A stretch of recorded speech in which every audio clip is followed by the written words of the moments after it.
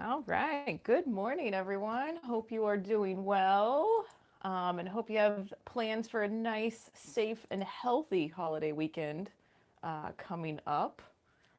Looks like it's going to be fairly nice weather, at least in San Diego. Hopefully, the same for where you're at. So, I'm just refreshing the page, making sure that the video is showing up for you guys.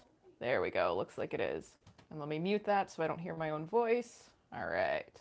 So, hope everybody's doing well. Today's painting is going to be of a clownfish hanging out in a little bed with his sea anemone.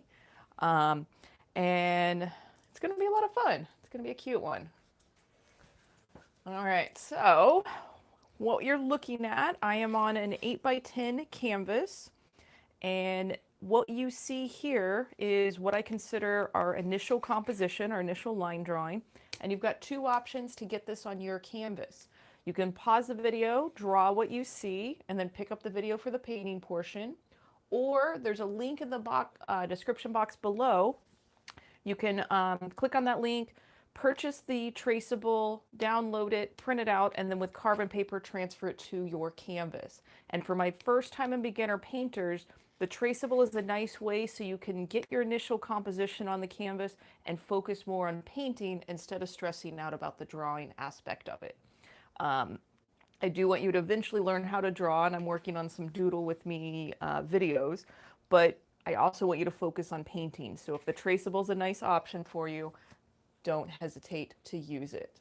All right, we've got quite a few people jumping on. Let's see. Hi, Beverly and Sonia and V and Denise and Mike and Tammy and V. Okay, I think I got everybody. Awesome. So glad you guys are hanging out with me this morning. All right, so let's see. We're actually going to start with the little sea anemone things first. Actually, I made a few changes like right before I went there. I did throw blue on the plate. I'm going to actually go for a dark blue. Let's start with that, and then we'll move into the sea anemone portion. So we've got kind of a dark blue background, our white and orange fish, and then kind of yellowy lime green little sea anemones with kind of a little bit darker in between. So to warm up, let's start with that background. So because I'm on a smaller canvas, I am using a smaller flat brush. If you're on a larger canvas, please feel free to use a larger brush or switch brushes. I have the tendency to just work with one brush. I will switch down to that pointy brush, but if you need to switch brushes and I don't, go right ahead and do what you need. All right, so I do actually want this to be a pretty kind of a deep dark blue, so I am mixing it enough to where I at least have a medium blue. You can change your shade to whatever shade of blue that you want. And we're literally going to be going from the edge of our fish to the edges of the canvas. Now, as you're getting into the groove of painting, try a few different brush strokes. You can use the full width of the brush, you can turn it sideways and create a skinnier line, or the favorite one is just kind of slapping the paint on there and X marks. But each time that you paint, maybe try something a little bit different so that way you're building your repertoire of finding your comfort level with the painting process. And the only way you're going to find that comfort level is if you try different things. Even if it's uncomfortable, even if you don't like what it looks like or how it turns out, you still need the experience of just giving it a try before you can say, no, I don't like that, it's not for me. All right, so if you have to mix your shade 2 or 3 times, don't stress about it. I don't think I'll be doing a whole lot of blending. I might go a little bit darker towards the corner, but I'll probably keep this nice kind of bright middle blue color. Between this, the white, the orange, and the green, it'll just be a happy color combo. If you're on a stretched canvas, I'm on a panel, so the stretched canvas would have the canvas going around the edges. If you're on one of those, feel free to carry this color around the tops, the sides, and the bottom. That way it just looks really nice when you hang it on your wall, having that color wrap around the edge. Completely optional. Half the time I forget, so I just paint my edges black. All right, and should you guys have any questions today, please feel free to let me know. Leave a comment in the chat. I try to look over every couple of minutes or so and see if there's any questions posted. So just let me know. All right. And should you paint anything today and maybe your background goes over your little sea anemones or it kind of falls into the clownfish, um, don't stress out. Just take a paper towel. You can wipe it off or let it dry and then just reapply your paint on top of it.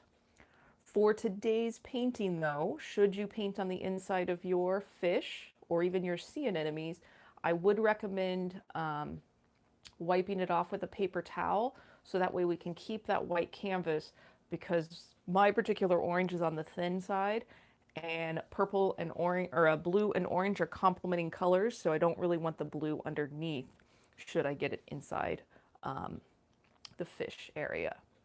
All right, so let's see. I'm gonna go a little bit darker here in the corner, so we will do a little bit of wet on wet blending. This is completely optional. So while your paint's wet, you'll grab that new color or darker color. You literally just slap it right on top of your original pigment. And then with light pressure, we're just gonna move our brush back and forth. And it's literally exactly what you did on your plate to mix the color. You're just blending a new shade into your base of your paint that you had already laid down. And again, using light pressure, just kind of the tips of the bristles, a little more pressure, you'll have your brush strokes show up a little bit more. And should you want to go lighter in an area, you can introduce white into that and go a little bit lighter blue. Or you could even introduce a new color. If you wanted to throw purple or teal in there, you can do that. All right. So looking to see if there's any questions. Oh, hi, Gwen. All right, I'm connected to your TV, so I'm assuming I just pictured a large, giant screen TV and seeing this larger than life size. So very cool, but thank you for joining us. And we've got Photography Queen. Glad you could join us. Same with Rhonda. Awesome. All right, so we're gonna clean that brush really good, and you do wanna clean all that blue paint out of your brush, because we are going to move into the little sea anemones, and we're going to be using yellow and green. So even though yellow and blue make green, I don't really want the blue hanging out with the yellow. So clean that brush really good.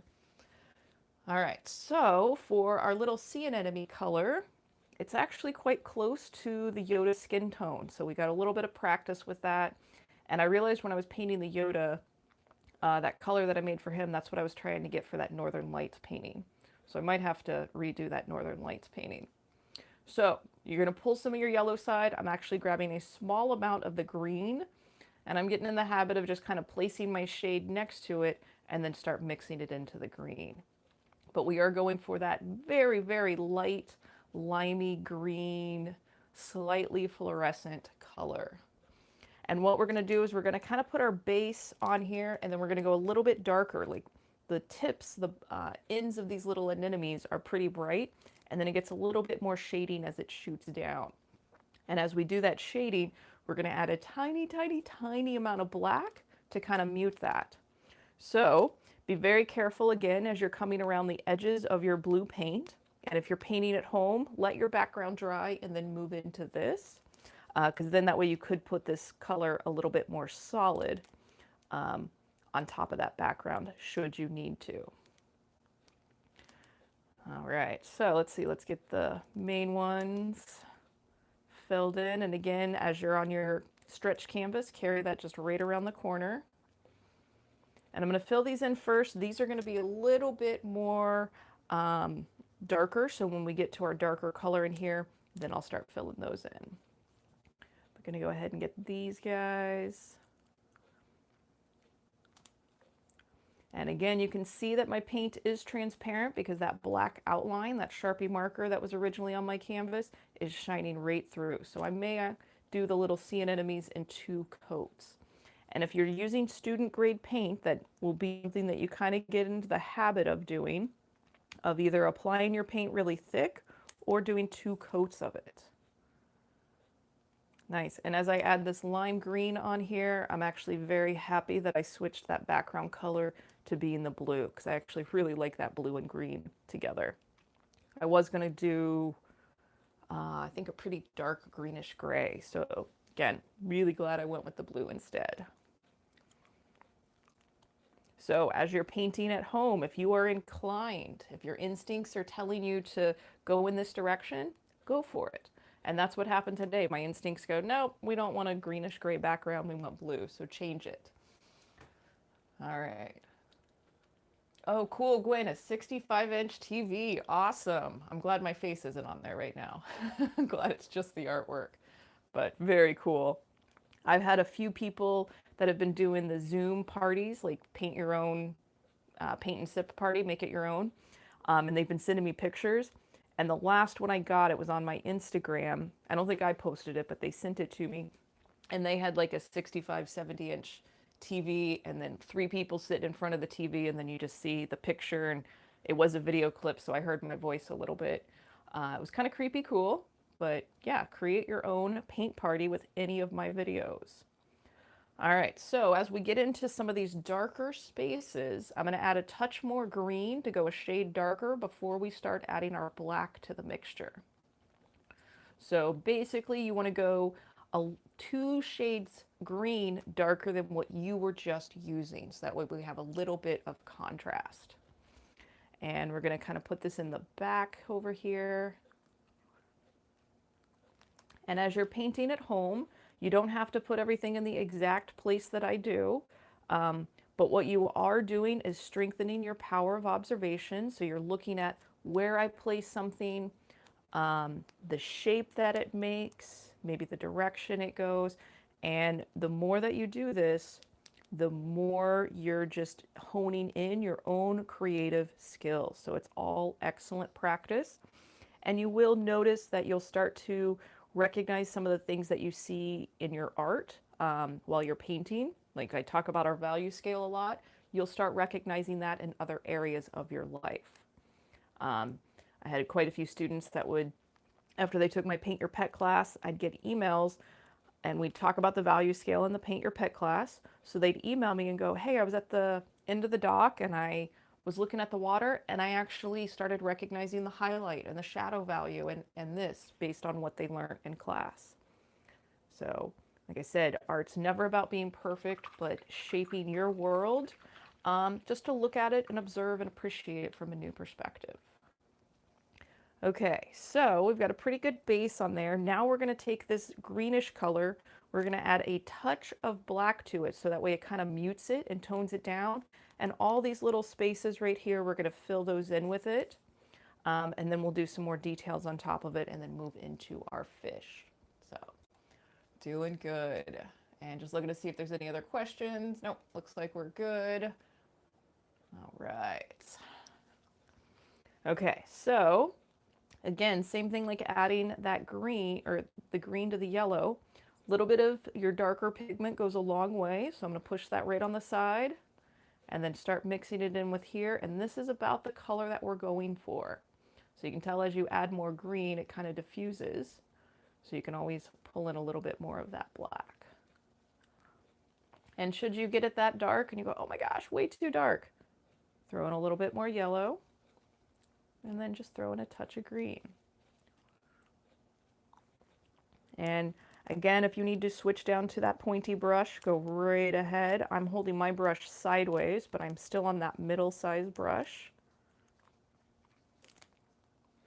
And we're just going to go ahead and get these last of these spaces filled in for our sea anemone, and then we'll do another layer on top of it. And that will just kind of intensify the saturation, thicken it up, and just make for a better kind of 3D rendering on this flat surface.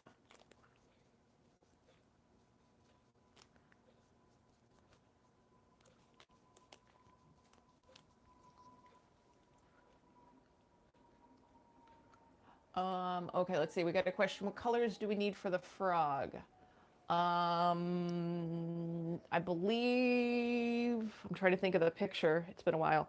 I believe it's a red-eyed tree frog. I don't think I've decided what the background is yet, but definitely your yellow, green, red.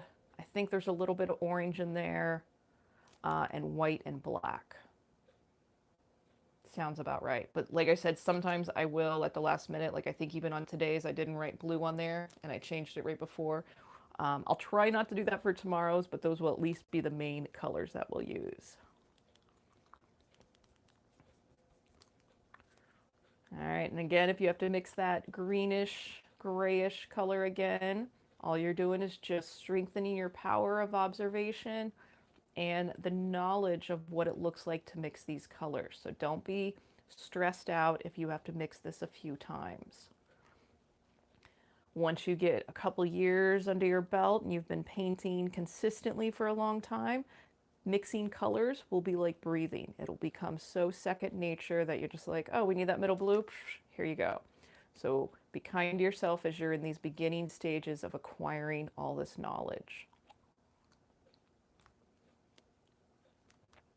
And even as I made this particular color, it's a little more green compared to down here, and that's okay. That's just part of the process. And the variety is just to your benefit. You can do exactly what I'm doing to where you just go right on top of it. I'm trying to get that second layer on there while I can. All right.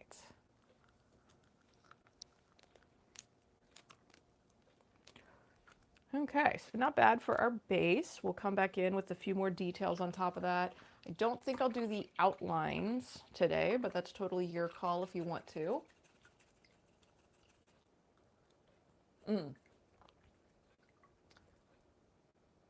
All right. So hi, Mike. Glad you like the style. Thanks for joining us. And Denise has a question. Said I had a teacher that wouldn't let me use black to darken colors. Okay. So yeah, so in traditional painting, if you were to go to art school and go through the traditional style, black generally is not a natural color. Black is the absence of light. And the reason that we see so much color is because sunlight hits it and we see these spaces. So when you think you see a line in artwork or in life, it's really just the lack of light, and it's a dark space. So for creating, you can not use black. And like I said, we did have a lot of instructors and teachers that was just part of the process. So you would learn to mix your complementing colors to get a neutral color. So you could mix your blue and your green, or your blue and your orange, or you could mix your red and green, and they do kind of cancel each other out when you mix them to equal ratios, and they make dark colors. And the thought is that as you're looking at your dark space, is it a cool dark space? Is it a bluish black? Is it a purplish black? Is it a warm dark space where there's a hint of red in it? And then you start getting into color temperature differences as you're looking at stuff. And that also helps with the illusion of the warm stuff comes forward and the cool stuff gets pushed back. So after you kind of get comfortable with your value scale and you start painting in that style a lot, then looking at, is it a warm or cool shadow? Is it a warm or cool highlight? And then build on the skills that you've already done. So that was probably a long-winded answer to your question. But there usually is good reasons why certain things in art are done. I don't always have the answer to them though. But that one was at least one that I could answer. All right, so grabbing just the orange now. And again, my orange is on the transparent side, so I will be doing 2 layers of this one. So getting that base on there first. And I'm just gonna go right up to the edge. We will put black on the end of this for the tips of those fins on our clownfish. So as you are walking or checking stuff out, start looking at what is considered a shadow space and start going, is there a little blue in there? Is there a little green? Is there a little red? Start seeing if you can see the difference. And same in your highlights. Is there a hint of yellow in your highlights? Is there a hint of light blue?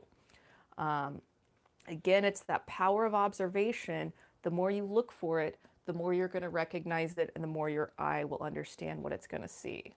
So that's everybody's homework assignment this weekend.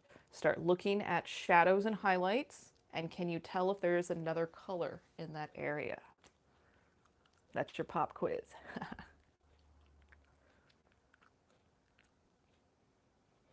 All right, so just filling in basically the orange portions on our fish. We do have a little bit for his fin coming in here. And then we will be using some light gray and white for the white portion. We can't just leave the white of the canvas. I'm not allowed to do that. You would do that a bit more in watercolor compared to acrylics.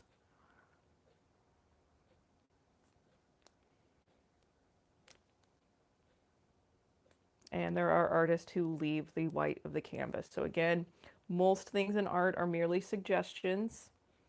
If you can break that suggestion, there might be a cool little social aspect to it.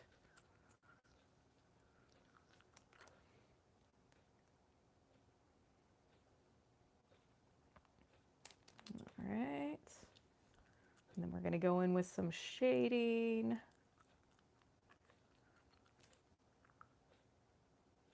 We're going to put our highlights on first. We're going to mix some yellow and orange.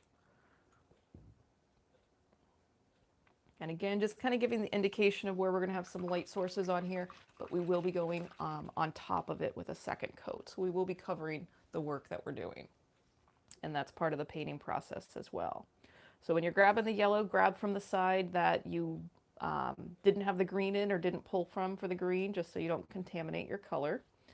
And I usually just put it on a fresh spot on the plate. We're adding just a little bit of orange, that way it's not the pure yellow. And again, we're just going to place this in a few areas. And it will mix in with that color, with the orange.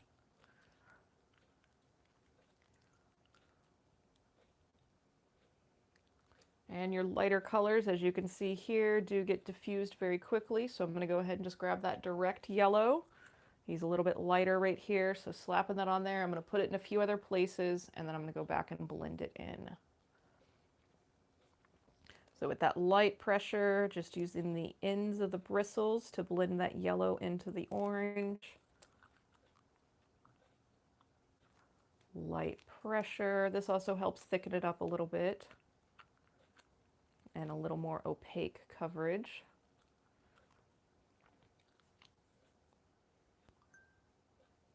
All right, so we're gonna wipe that brush off. I'm actually gonna move down to the pointy brush for a little bit more control, and we're gonna do the orange and red mixture, going for kind of a burnty orange color. And we're gonna be a little more sparing, but we're gonna put some darker shadows on our clownfish before we move into the white coloring, and then back to the little sea anemones for its second layer. All right, so a little closer to the red side. And I'm just going to place them, and then I'm going to go back and blend them. And here on the fins, I'm going to blend it up. So that will blend up. And let's get a little bit right here. And a touch right above the eyes. And above the eyes, it's kind of going around that almost like circle, almost donut shape around the eyeball. And then just cleaning that brush off, cleaning off a certain amount of the water too, since this is kind of already thin, watered down paint. And then just using that light pressure, blending that darker red into the orange. And for this one, whichever blending method, if that stabbing method's working a little bit better for you, go ahead and give that a go.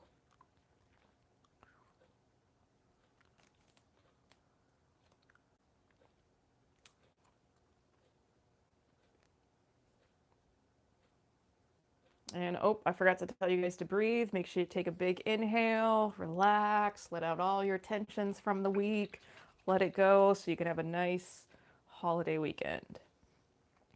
Okay, so we're gonna let that stay, and I'm gonna see if I can just scrape off a little bit of that. No, not too bad. So we're just gonna put the white pretty thick in those areas. All right, so for this one, because we don't have a whole lot of transition of shade, it's going to be pretty subtle. It's going to be easier if we just basically put our base of white on here first, and then we'll introduce a little bit of light gray just in a few areas. So here comes the super exciting part, white on a white canvas. We're going to fill in these little areas, and then we'll put our shading on top of it. I always feel like such a weird modern painter when I paint direct white on a white canvas. It's so not exciting for me. And I feel like because you're painting white on a white canvas, it has more to do about the story of how important this white was on a white canvas or how you applied it. And then people end up assessing a value to that and go, oh, I have to buy it now because of that process. That is one of the things about the art world that I'm not sure I fully understand or even like. With that being said, I remember when I was in art school, art history was not my strong suit, just as far as remembering dates and specifics, but I always liked the story of why a painting was created. And I remember one of my art history classes, they talked about Jackson Pollock and his process and why he was so important and how he kind of shook up the art world by taking the canvas off the wall and applying paint and applying industrial paint. And I didn't like his work beforehand. I still don't really like his work, but I had more appreciation and more respect for his process after I found that out compared to just seeing his work without knowing the history behind it. So there are many things in the art world that just don't make sense. All right, so we're going to add a touch of light gray in here. So I'm going to pull some of the white aside, use the edge of my plate. Tiny, tiny, tiny amount of black goes a long way. So again, push it on the edge. And we are going for that light gray, and I think I made it a little too dark. So I'm going to put it in a few places so you can see. That's not too bad. It will diffuse a little bit as I mix it in with the white. So again, at home, just kind of look at the general placement of where this light gray is going. Hopefully you can see it. I'm going to take a look through the camera in just a moment. And I'm just smearing the edges so it's not a harsh line. Oh, it's not too bad. You can kind of see it. I'm going to make it a touch darker for you guys just so you can see it at home. But at home, keep it on the lighter side for you guys. Like I said, I'm just going to make mine just a touch darker so it's easier for you guys painting at home. So to make it a little darker, I just put more of that intense black in there. Whoops. There we go. And it does diffuse quickly, so I'm going to take a little bit of that, pull it over.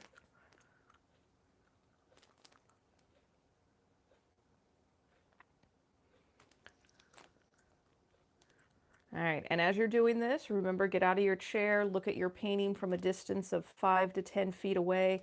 Notice, did you blend this gray enough that it looks okay from a distance, or did you not blend it and there's harsh edges, and from a distance it's pretty obvious? So if you can see those harsh edges from a distance, just go back and kind of soften them a little bit.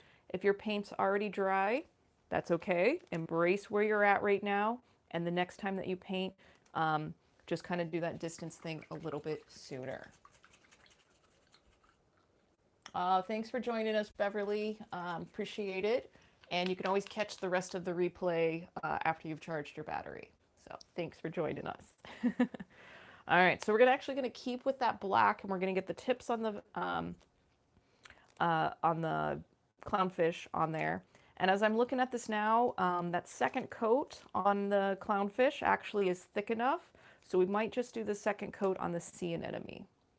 So again, this black is just the direct black, and it does kind of hug the perimeter of the fins. So I'm going to start with this little interior fin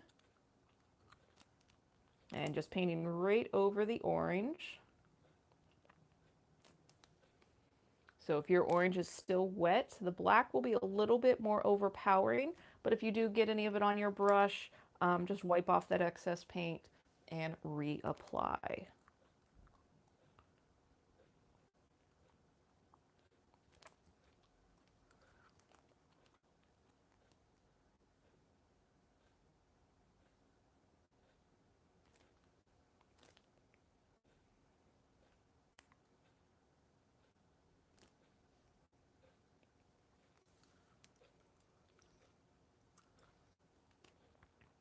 And even as I'm doing this, I'm not sure if you can tell at home, but I start off kind of skinny with light pressure, and then where the line gets a little bit wider, I push a little harder and then pull the brush up for light pressure. So play with that as you are doing your brushwork today.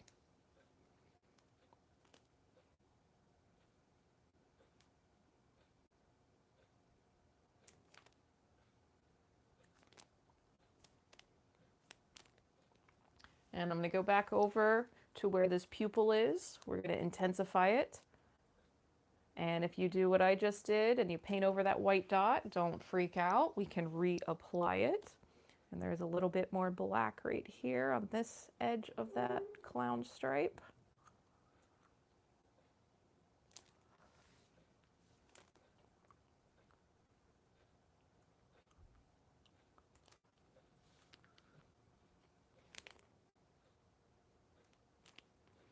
And it looks like he's got a little bit right here.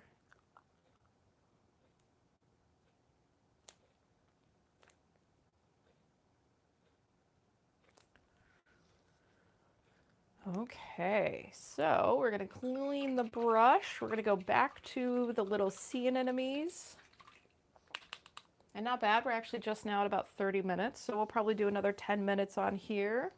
And that will bring us into the conclusion of the painting. Not bad. I do have one more Humane Society next Friday, and they chose to do the hummingbird demo that I did a couple weeks ago. So I'll be recreating that for them on Friday.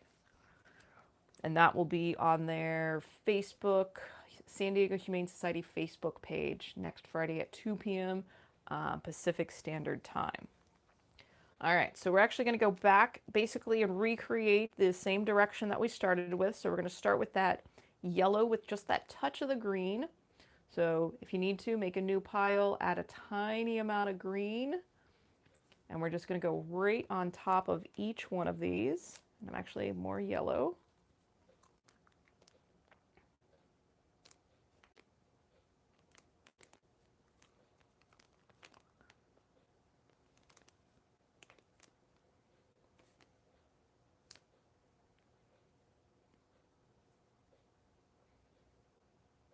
And we're just getting the base on these, and then I'm going to go to the white, the small pointy brush, and we're going to put some white on here and blend that in. We're going to start with the highlight first. Whoops, got a little bit of black in there. We're just going to diffuse it. Happy accident.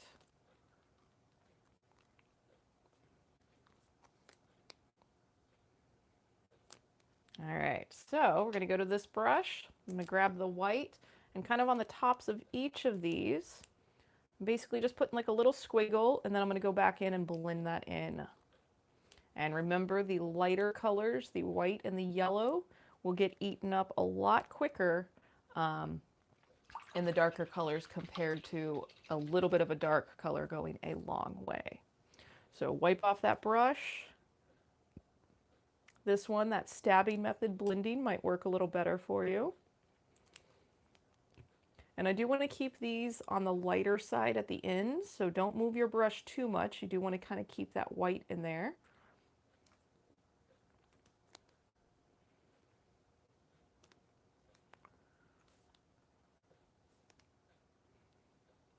Right. And if you want, maybe pull a little bit of that white just coming down the left-hand side of these, if you choose to.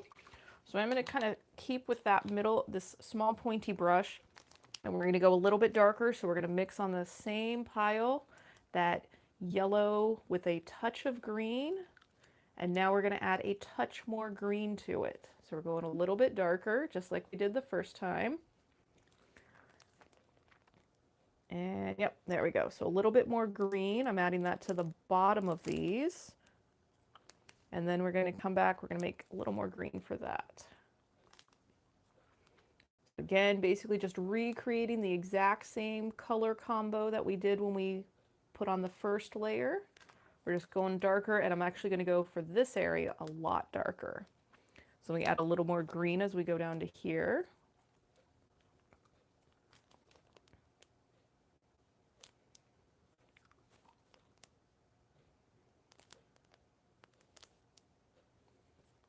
And on these, we're going to put a little white highlight as well.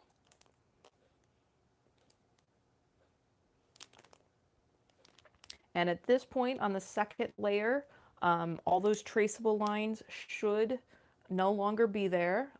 When you transfer your traceable, I do recommend that you use the pencil and just leave it as the traceable. When I start the videos, mine are done in Sharpie marker, just so you guys at home can see it, for those of you that might be drawing what you see on the screen. So you guys don't have to do that Sharpie marker portion on yours. All right, so for these, I'm actually going to use the yellow as the highlight. So just grabbing a chunk of that yellow, putting it again on the left-hand side of these little weird knobby things, and then wiping that brush off, and then just kind of pushing that yellow into that green mixture. Again, this just gives an indication that we have a light source coming from a specific area. And this one right here, I want it to be a little more bold, so I'm actually going to grab that white. We're going to do a little bit of white on this one. There we go. And then, like I said, that dark shadow area, we're actually going to go darker than what we did on the first round. All right, let's get these guys in here first. And I am going a little bit darker green on that one. Yeah. A little more yellow. And again, like I've stated in some of the other demos, if you need to change your color, it may look one way on your plate, but then when you actually apply it to your canvas based on the colors that it's around, it is going to look different. So totally okay to adjust your colors after you have mixed it.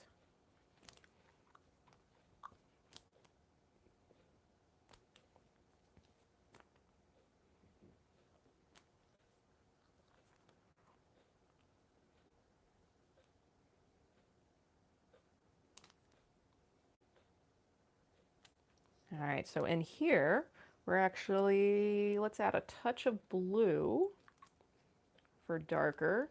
Since we were talking about not using black, let's use some blue. And again, it's the blue and green mixture, but a little more heavy-handed on the blue. And I'm just going to place where I'm going to put them, and then we're going to blend them in.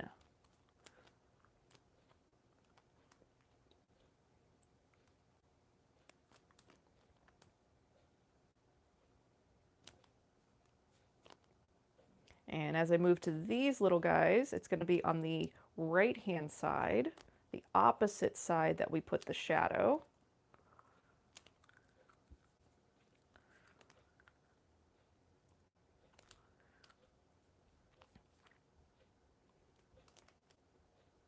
All right, so we've got that base on there again, wipe that brush off, and then just like we did with the highlight, I'm just going to use medium pressure, squish that darker color into the base color. Again, does not have to be perfect. Okay, so now that blue-green color combo we were just using, I'm going to add a touch of black to it. And we're going to fill in the rest of that area in the back, so I do need a little bit more of that paint. And again, this may be one that I adjust after I apply some of the color, so let's try it down here. Nope. Actually, let me add some more green. There we go.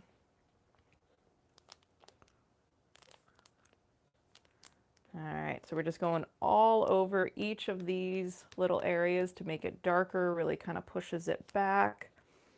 And we'll go back and add the catch light and the clownfish's eye, and then that should bring us into the conclusion of today's demo. So this one was a fun one. A good little Nemo.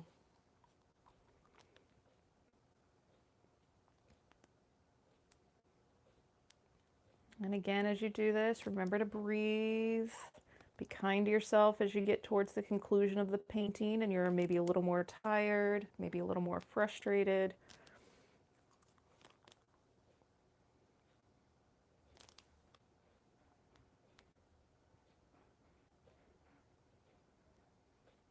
Hopefully, again, while you've been painting, you have forgotten about the rest of the world for a little bit, and you're just focused on your canvas. So as you do your paintings, I always ask, please email me photos of what you paint. Um, Email them, paintwithlovejoy@gmail.com, or tag me in the social media outlets, Paint with Lovejoy. And check out my online school, paintwithlovejoy.com. You can paint your pet there. You can paint with a knife. You can do all the free YouTube videos. I've got bundles on there, and it will be growing over the next year based on your guys' feedback. So if you like something on either one, my YouTube or my online school, let me know so I can make more of them. And hopefully in a week or two, I will start releasing the Doodle With Me series, which will be just a quick 45-second, 60-second little line drawing done with a brush pen. So I would recommend that you draw it with a pencil first and then do your brush pen or your brush. And what that's going to do is get you comfortable with the pressure of your brush. All right, so I'm going to do one more thing just so we have a little bit more of the neon-y-ish little sea anemone things. I actually don't even know what those little things are called. So I'm going to grab just some of that direct yellow. I am kind of pulling it on top of the green, so it's picking up just a little bit of that color.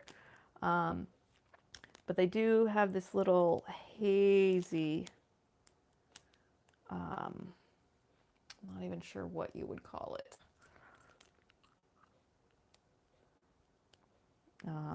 Residual highlight, that's the closest thing I can think of right now. And I'm going to pull a few of these through that dark space to give the hint that we've got so many of these little anemone finger things going through this area. So again, with painting, we just kind of create an illusion and our brain fills in so many of the details. It's so amazing. Our brains are pretty awesome. All right, and I think I see some questions popping up, so let's see. Ooh, galaxy painting. Yes, that's a good one. Thanks, Charlene. And oh, I did have a question for you the other day about the Vincent van Gogh one, for the ginger cat Vincent van Gogh. I liked the pictures that I found, but I wanted to make sure it was the right one. So please just confirm if it is the Van Gogh with his ear cut off, and instead of Van Gogh, it's just the ginger cat. I want to make sure I'm doing the right one. All right, and I'll add a galaxy painting. And yes, the Doodle With Me will not be a live series. They'll just be pre-recorded. And the Doodle With Me, let's see, Rhonda and Denise, you should be receiving your packages or already received them. There's a little doodle on the package. So anytime I ship something out, I will film the doodle on it. So if you want to jump to my portfolio and check out the sample sale and buy this guy or buy one of the other ones, I'll doodle on the package and film it, and it will be part of that series. And I'm assuming, because there's another kind of hit on the analytics at about 3 or 4 o'clock, so likely the doodles will be an afternoon series. And it will probably start at 3 days a week, and then I'll bump it up to maybe 5 and 7 days a week. So I'm building the inventory right now. All right, so we're going back to the white. Clean that brush out really good. We're going to put that little catch light in the clownfish's eyes. And when you look at underwater photography, because it's underwater, you generally do not see the catch light in there. So this is a stylized thing that I do to my paintings that's, like I said, not always there, but it does kind of just give some life and personality to our animal here. All right, so let me take a look on the phone. Oh, hey, this guy looks pretty good. All right. I want to do just a little bit more to his face. I want to define those lips a little bit more and take out that little curve. And then I think that will conclude us today. Awesome. Good, good. Thanks, Charlene. I appreciate the confirmation. So that'll be fun. And that one, it's going to be too involved for a demo like this. So I'm going to film it.